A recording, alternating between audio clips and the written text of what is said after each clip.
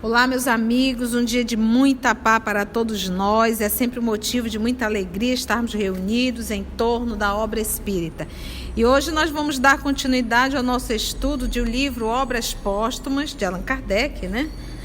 Nós estamos na primeira parte, Emancipação da Alma, item 4, Emancipação da Alma.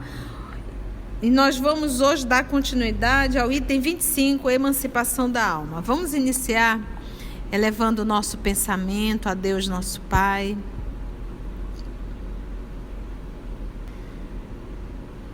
Amado Mestre Jesus, queridos amigos espirituais aqui presentes,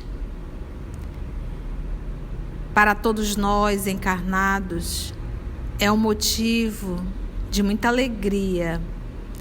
É o momento em que repousamos a nossa mente, porque estudar as lições dessa doutrina bendita nos promove verdadeiramente um repouso mental. Um momento em que nós, apesar do corre-corre da vida, do cotidiano, nós conseguimos nos assentar para estudar, refletir e apaziguar o nosso coração. Que os amigos espirituais que aqui estão, que conduzem o nosso trabalho, em nome de Jesus, possam mais uma vez nos inspirar, nos conduzir, apesar de sermos um instrumento ainda muito falho. Mas carregamos, Senhor, a boa vontade e o desejo de acertar. Nós te agradecemos e te solicitamos ainda uma vez mais o amparo a todos nós. Muito obrigada, Jesus amado, por esse convite. Muito obrigado, Senhor da vida, por estarmos aqui e que tua bênção possa ser derramada sobre todos nós, que assim seja. Então vamos lá?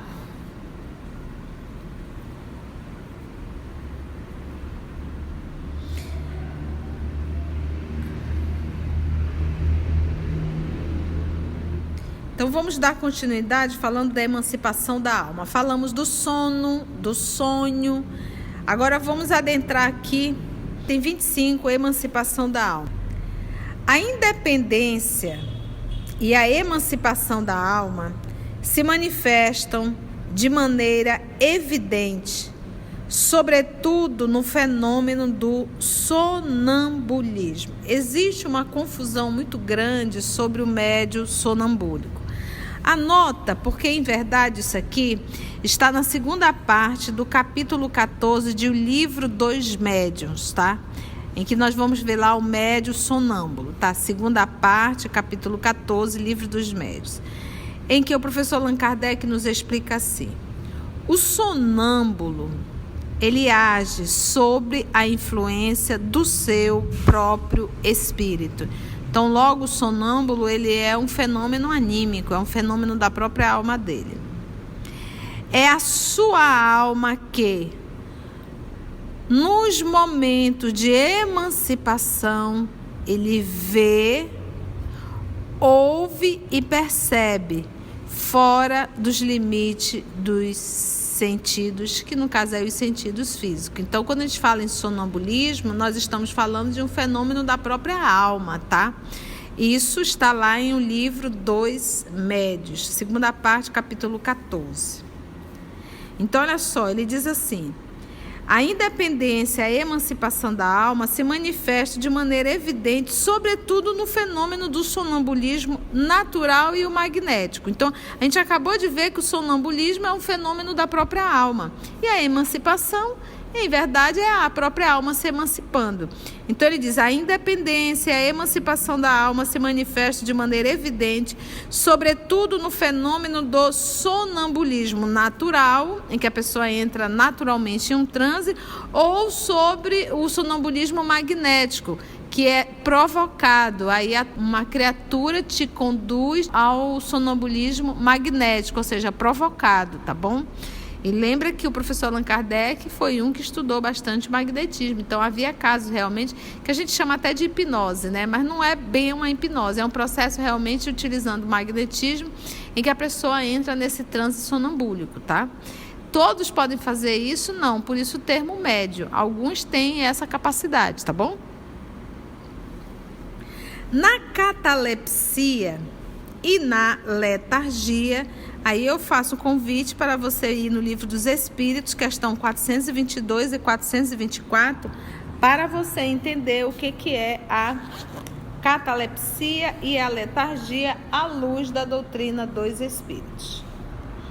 Então, o professor Allan Kardec, ele vai comentar sobre a letargia, catalepsia e mortes aparentes. Então, aqui ele diz, olha, na catalepsia e na letargia também é um fenômeno que é da própria alma, tá? Um fenômeno do sonambulismo. Então, olha só, a independência e a emancipação da alma se manifestam de maneira evidente, sobretudo no fenômeno do sonambulismo natural e magnético, na catalepsia e na letargia. Então, vamos, à luz da doutrina espírita, vamos ver aqui, ó, a questão 422. Geralmente os letárgicos e os catalépticos veem e ouvem o que se passa em volta deles, mas não podem manifestá-lo. É pelos olhos e ouvidos do corpo que tem essas percepções? Ele diz não, não é. É pelo espírito. O espírito, ele tem consciência de si, mas não pode comunicar-se. Então, aqui o professor Allan Kardec, ele está deixando claro a independência e a emancipação da alma. Não é pelo corpo que ele está enxergando, ele está enxergando pela alma, mostrando essa diferença. Entendeste, gente? Porque hoje parece ser até um pouco mais claro para a gente, mas isso na época de Kardec não era. Hoje a gente consegue entender o espírito e o corpo. Nós conseguimos entender o que seria o sono e os sonhos e o que seria a emancipação da alma. A gente consegue hoje compreender. A gente consegue raciocinar em torno disso, apesar de que isso não faz parte da nossa vida no cotidiano, porque a gente esquece que é um espírito. Vamos lá. Então ele diz assim, é pelo espírito, o espírito tem consciência de si, mas não pode comunicar-se. Aí ele vem na 422A. Por que não pode comunicar-se? Ele diz, o estado do corpo a isso se opõe no processo da letargia e da catalepsia. Esse estado particular dos órgãos vos dá a prova de que o homem existe alguma coisa além do corpo, porquanto, embora o corpo já não funcione, o espírito continua vivo. Aí ele faz a 423. Na letargia, o espírito pode separar-se inteiramente do corpo, de modo a dar a este todas as aparências da morte e voltar a ele em seguida? Na letargia. Na letargia, o corpo não está morto, pois há funções que continuam a realizar-se. Sua vitalidade se encontra em estado latente, como na crisálida, mas não se aniquila. Ora, o espírito está unido ao corpo enquanto este vive. Uma vez desfeitos os laços pela morte real e pela desagregação dos órgãos, a separação é completa e o espírito não volta mais. Quando um homem aparentemente morto volta à vida, é que a morte não se havia completado. Entendeu? E aí ele faz a questão 424. Por meio de cuidados dispensados a tempo, podem reatar-se laços prestes a se desfazerem, restituindo-se à vida um ser que, por falta de socorro, morreria inapelavelmente? Então aqui ele pergunta, por meio de cuidados dispensados a tempo, podem reatar-se os laços prestes a se desfazerem? A pessoa está para ir, mas de repente os cuidados podem... Vamos ver a resposta. Sim, sem dúvida. E todos os dias tendes a prova disso. Muitas vezes, em tais casos, o magnetismo constitui poderoso meio de ação, porque restitui ao corpo o fluido vital que lhe falta e que era insuficiente para manter o funcionamento dos órgãos. Olha só, né? Às vezes é necessário. Aí tem um comentário do professor Allan Kardec, onde diz: a letargia e a catalepsia têm o mesmo princípio, que é a perda momentânea da sensibilidade e do movimento, por uma causa fisiológica ainda não explicada. Diferem uma da outra pelo fato de que, na letargia, a suspensão das forças vitais é geral e dá ao corpo todas as aparências da morte. Na catalepsia, ela é localizada e pode afetar uma parte mais ou menos extensa do corpo, de modo a deixar a inteligência livre para se manifestar. Então, olha só. Então, no caso do Lázaro, foi uma letargia ou uma catalepsia? Uma letargia, porque foi geral, né? A suspensão das forças vitais é geral e dá ao corpo todas as aparências da morte. Na catalepsia, ela é localizada e pode afetar uma parte mais ou menos extensa do corpo, de modo a deixar a inteligência livre para se manifestar, o que não permite confundi-la com a morte. A letargia é sempre natural. A catalepsia, em certas ocasiões, é espontânea, mas pode ser provocada e desfeita artificialmente pela ação magnética, através do passe realmente. Então, nós vamos encontrar isso na história de Lázaro, que está lá em João, capítulo 11, versículo de 1 a 46, tá? Ele ficou 4 dias sepultado, segundo as anotações evangélicas. Então, nós já sabemos agora o que é o sonâmbulo, o sonambulismo natural e o sonambulismo magnético. Sabemos o que é a catalepsia e sabemos o que é a letargia. Agora ele diz assim: a lucidez sonambúlica não é senão a faculdade que tem a alma de ver e sentir sem o concurso dos órgãos materiais. Olha só. Nós já explicamos o que é sonâmbulo, não vai pensando que é aquele menino, aquela menina, aquele adulto que fica andando. Não é isso, tá, gente? A lucidez sonambúlica não é senão, aí ele vem, a faculdade que tem a alma de ver espíritos, de sentir, sem o concurso dos órgãos materiais. Então, ele não está enxergando com os olhos, ouvindo com os ouvidos, são outros sentidos, tá? Por isso que ele diz, essa faculdade é um de seus atributos e reside em todo o seu ser, não passando os órgãos do corpo de estreitos canais por onde lhe chegam certas percepções. Então, por exemplo, para eu enxergar aqui a Fátima, eu tenho que estar olhando para ela, porque se o meu globo ocular estiver para um outro lado, eu deixo de enxergar a Fátima.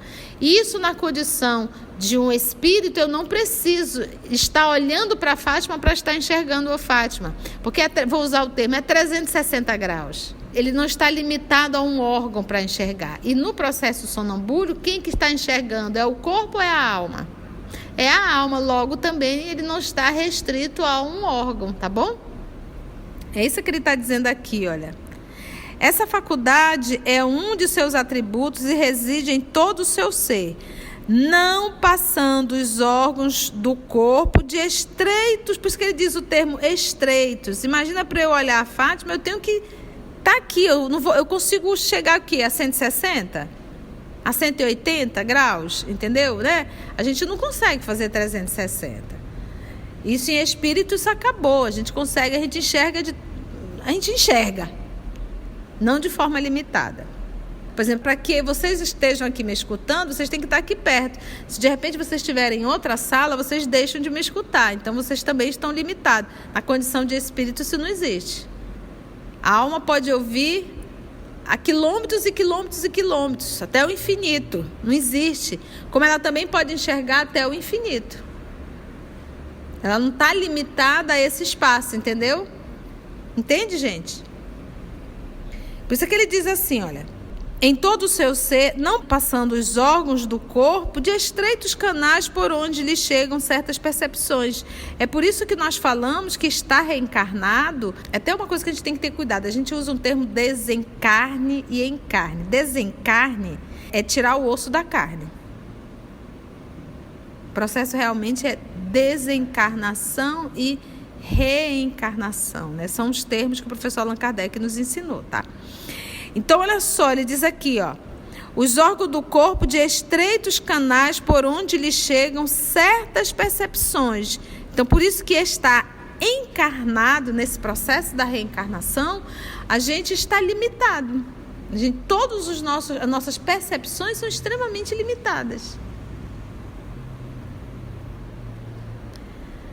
Aí ele vem aqui, olha, a visão à distância que alguns sonâmbulos possuem, então ele está aqui, entra em transe sonambúlico, ele começa a relatar o que está bem longe dele.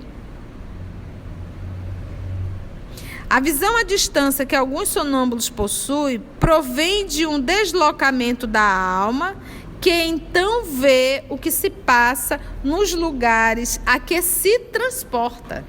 Entendeu?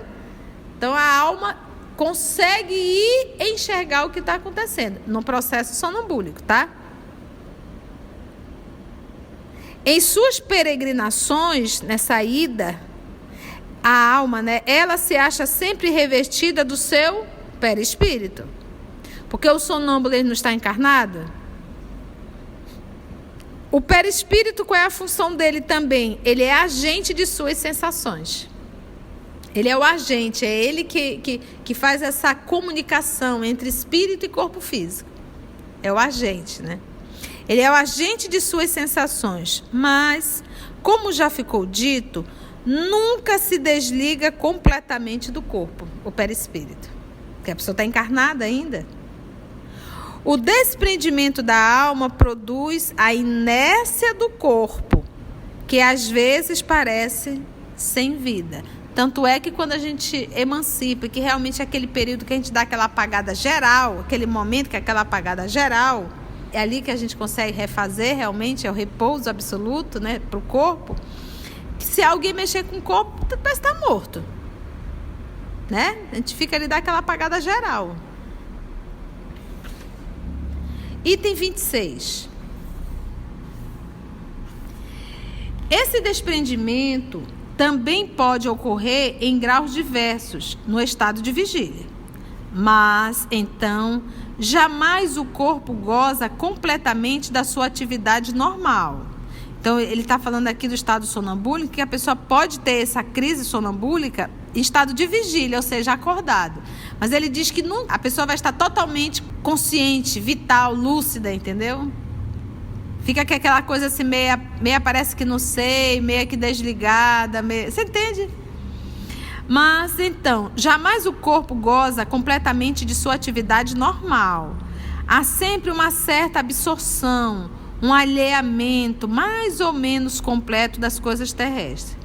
O corpo não dorme, caminha, age, mas os olhos olham sem ver, dando a entender que a alma está em outro lugar. Olha que interessante. Às vezes não acontece de você estar assistindo uma aula, né? E aí você de repente olha para a pessoa e você olha e diz, isso daí foi embora, só está o corpo aqui. Não é verdade? A gente tem essa percepção, né? Então ele diz assim, o corpo não dorme, ele caminha, ele age, mas os olhos olham sem ver, dando a entender que a alma está em outro lugar. Como no sonambulismo, ela vê as coisas ausentes, tem percepções e sensações que desconhecemos. Às vezes tem a presciência de alguns acontecimentos, que se essa presciência, ou seja, o conhecimento do futuro, né? A presciência de alguns acontecimentos futuros pela ligação que percebe existir entre eles e os fatos presentes. Penetrando no mundo invisível, vê os espíritos com os quais pode conversar e cujos pensamentos lhe é dado transmitir no estado sonambúlico. Por quê? O que a gente percebe aqui? A gente começa a ver que enxergar os espíritos tem vários caminhos. Então nós temos o médio vidente, que é aquele que enxerga 24 horas, não há uma parada, ele enxerga 24 horas. Tem aqueles médios que enxergam algumas situações. Tem aqueles médios que enxergam, que aí não vamos chamar mais de médio, mas é aquele que tem uma aparição, que a gente sabe que os espíritos podem aplicar um determinado magnetismo, um passe, e você enxerga uma situação, um caso, tá? E tem esse caso aqui do sonambulismo, que é aquele que você enxerga, mas não com os olhos do corpo, você enxerga com os olhos da alma, no transe sonambúlico.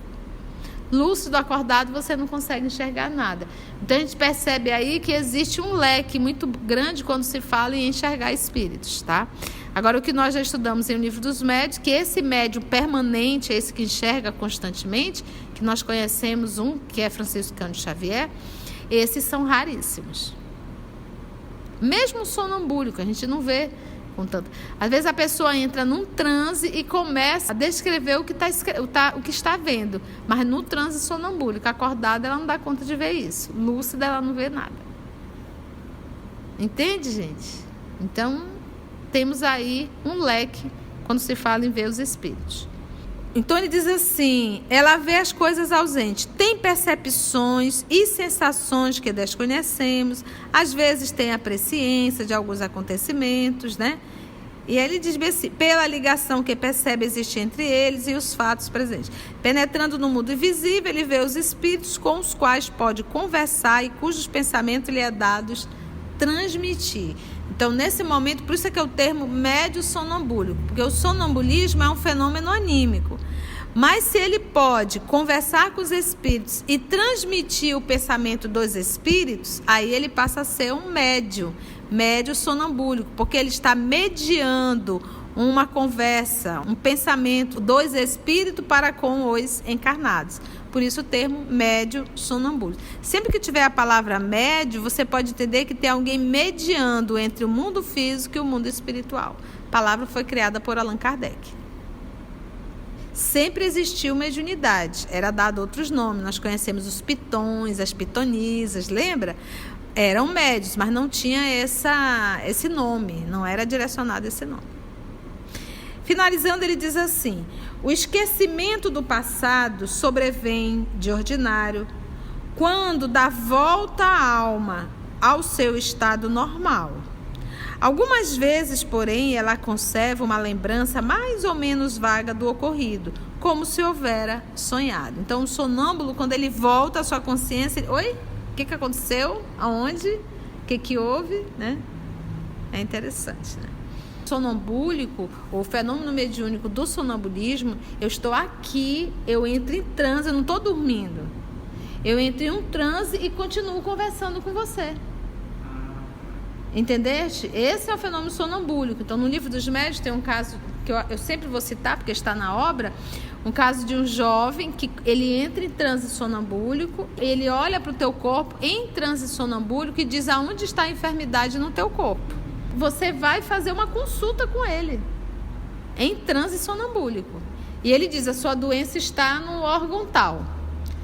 E qual remédio? Ele disse, olha, eu não sou médico, mas temos aqui um doutor em espírito, esse doutor, e ele está me dizendo para lhe dizer que você deve tomar um remédio tal. Então, a partir desse momento, então, ele que enxerga a enfermidade. Então, logo é um fenômeno anímico.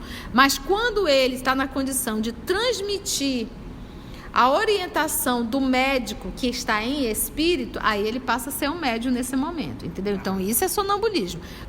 Que ele não está usando o termo sono e nem sonhos, ele está usando transe, mas que está dentro da emancipação, entendeu? O que você retrata é um sono, que vem um sonho, porque você vai para o mundo espiritual, você pode interagir com outros espíritos. Quando o espírito, a alma, retorna ao corpo físico, ela tem vaga lembrança. Por quê? Porque quem viveu a experiência foi o espírito. E quando o espírito retorna ao corpo, a matéria ainda tem uma ação muito grande sobre esse espírito. Normalmente a gente esquece, quando lembra, são de imagens, algumas coisas assim, alguns símbolos que a gente vincula, que a gente faz, que é como se a máquina cerebral tentasse decodificar. A pergunta que cabe aí é o seguinte, você pode lembrar? Pode. Agora, quem me garante se tudo que tu está lembrando foi o que você viveu no mundo espiritual ou se isso não é coisa do teu subconsciente? Entendeste? É por isso que a gente fala sempre, anote os sonhos e vamos verificar a veracidade. Vou contar um exemplo particular agora, que eu vivi e particularmente foi um dos que mais me chamou a atenção. Eu acordei com esse aparente sonho, essas imagens, um velório no centro espírita. No centro espírita, inclusive, que eu frequentava dando um curso de O Livro dos Médiuns. Então, eu chegava lá e via, não via o corpo, mas via ali o caixão. E eu dizia assim, mas a gente não faz velório dentro de centro espírita, eu não estou entendendo. Aí alguém nos diz assim, ninguém conhecia ninguém ali. Eu não conhecia ninguém. Dizia assim, é porque foi tudo muito rápido. Não deu tempo, mas já estão organizando. Então pronto, o sonho foi esse. O sonho foi no domingo. Na quinta-feira eu tinha curso lá. Eu não sou de comentar os sonhos que eu tenho. Eu anoto, deixo ali em stand-by, espero as coisas acontecer, porque eu estou montando um quebra-cabeça. Na quinta-feira, quando eu cheguei neste bendito centro espírita, quem estava lá para abrir o centro não era a pessoa que sempre abria, era uma outra pessoa. E eu disse, cadê fulana? Fulana não pôde vir, porque o neto dela desencarnou ontem. E foi uma parada cardíaca, 23 anos. Então foi tudo tão corrido. Eu disse, mas como é que não avisa? Mas discussão foi tudo tão corrido que nem nós soubemos. Então, ou seja, eu tive o sonho domingo, o rapaz desencarnou na quarta-feira. Então aí você percebe o quê? Então não tem nada a ver com o meu subconsciente, é um símbolo porque era alguém vinculado àquele centro. E lembra da história? A pessoa me disse, foi tudo muito rápido. E realmente foi tudo, porque nem doente o rapaz estava. Então, são esses movimentos que a gente tem que fazer, para que a gente não fique místico, entendeu? E se autossugestionando. Então, sonhou, você vê que é um sonho significativo, anote. E deixa aquilo em stand-by para você observar os fatos. Que isso é uma forma de você ir começando a identificar e a conhecer a sua mediunidade, vamos dizer assim. Entendeu? Bem, então nós vamos finalizar aqui o nosso estudo do livro Obras Póstumas de hoje. Nosso próximo estudo estaremos retomando o item 27. Agradecemos então a Deus, nosso Pai, a Jesus, o amor de nossa vida e a espiritualidade amiga, e até o nosso próximo encontro. No processo sonambúlico, quem que está enxergando é a alma, logo também ele não está restrito a um órgão, tá bom? O professor Allan Kardec, ele está deixando claro a independência e a emancipação da alma. Não é pelo corpo que ele está enxergando, ele está enxergando pela alma. A alma pode ouvir até o infinito, como ela também pode enxergar até o infinito. Encarnado, a gente está limitado. Todas as nossas percepções são extremamente limitadas. É até uma coisa que a gente tem que ter cuidado. A gente usa um termo desencarne e encarne. Desencarne é tirar o osso da carne. O processo realmente é desencarnação e reencarnação. O desprendimento da alma produz a inércia do corpo, que às vezes parece sem vida. Tanto é que quando a gente emancipa, que realmente é aquele período que a gente dá aquela apagada geral, que se alguém mexer com o corpo, parece estar morto.